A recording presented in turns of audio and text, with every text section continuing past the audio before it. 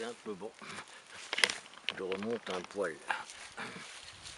Eh bien, respect et conservation, chers clients. Oula, ça tombe de partout. Un maximum les trucs qui tombent. Enfin bon, je vais sans doute survivre quand même. Donc respect, etc. chers clients.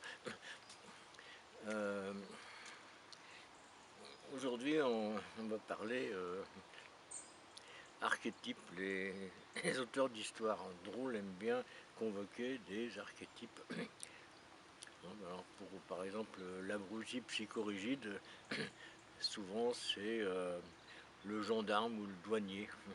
Tout le monde se souvient de je suis pas un imbécile, je suis douanier. Bon, c'est vrai que c'était extrêmement rigolo. Coucou. Sauf que c'est peut-être un peu injuste en fait, parce que bon, tout le monde connaît un gendarme ou même un douanier qui n'est pas complètement obtus. Donc c'est un peu comme les blacks belges, hein, c'est un peu injuste. Peut-être moins pour les gendarmes, enfin je sais pas. Mais non, il y en a des biens. Bref, alors moi j'ai opté pour le polytechnicien, parce que là il n'y a pas de contestation possible. Le polytechnicien, c'est toujours un mec qui est totalement obtus, qui a absolument aucun sens de l'humour.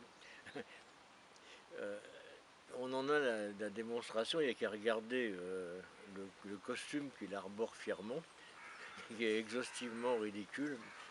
On se dit c'est pas possible qu'un mec puisse s'habiller comme ça et pas comprendre qu'il a l'air complètement con. Un truc, une espèce d'uniforme de Napoléon. Enfin c'est absolument ridicule, c'est effroyable. Et puis bon, quand on parle avec un polytechnicien, on n'a rien qui dément l'impression première. C'est oui, c'est bien un connard. Euh, alors il avait peut-être un bon QI au départ, mais alors après quelques années d'école, apparemment ils lui ont lessivé le crâne et il reste plus que du caca dans la tête. Bon. Après ça dirige nos entreprises, ça les met en faillite. Bon, c'est bon. Ils virent les gens compétents et ils mettent des gens comme eux à la place. Voilà, voilà. C'est bien.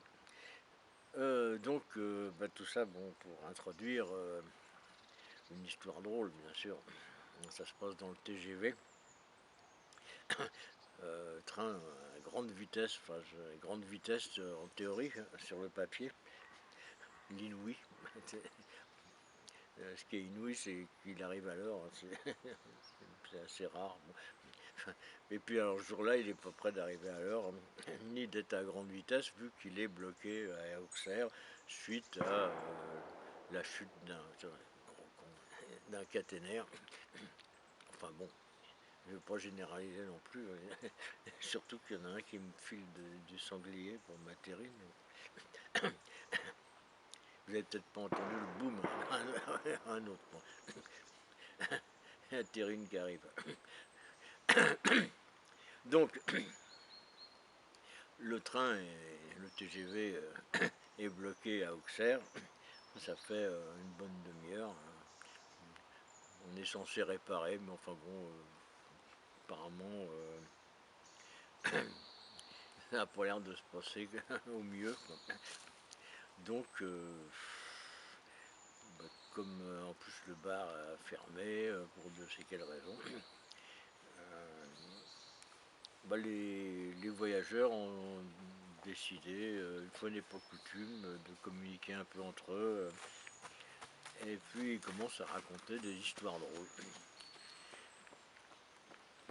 Et là, il y en a un qui commence et il raconte une histoire belge, pas très drôle.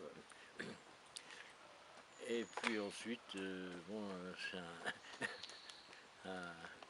à Jean de prendre la parole. Vous ne connaissez pas, moi non plus. Mais bon, j'ai appelé Jean. Ça aurait pu être un autre nom, mais c'est genre, on n'y peut rien. Et voilà, bah écoutez, c'est l'histoire d'un polytechnicien. Et là, il y a un type qui le coupe. Il dit, ah là, je vous arrête, monsieur, je suis polytechnicien. Ah, ok, mais vous inquiétez pas, on la racontera 2 fois, puis on vous expliquera. Voilà. Bah, elle est un peu courte comme histoire, donc il fallait un peu en rajouter quand même. Bon, j'aime pas les polytechniciens, au cas où vous l'auriez pas compris. Comme les bébés, hein. Les bébés et les polytechniciens, j'aime pas. Caca. Elisabeth Borne, elle devrait exterminer les polytechniciens aussi. Les envoyer à l'hôpital de Bray. Voilà. Yo-yo. Elle était bien l'histoire quand même, non? Non.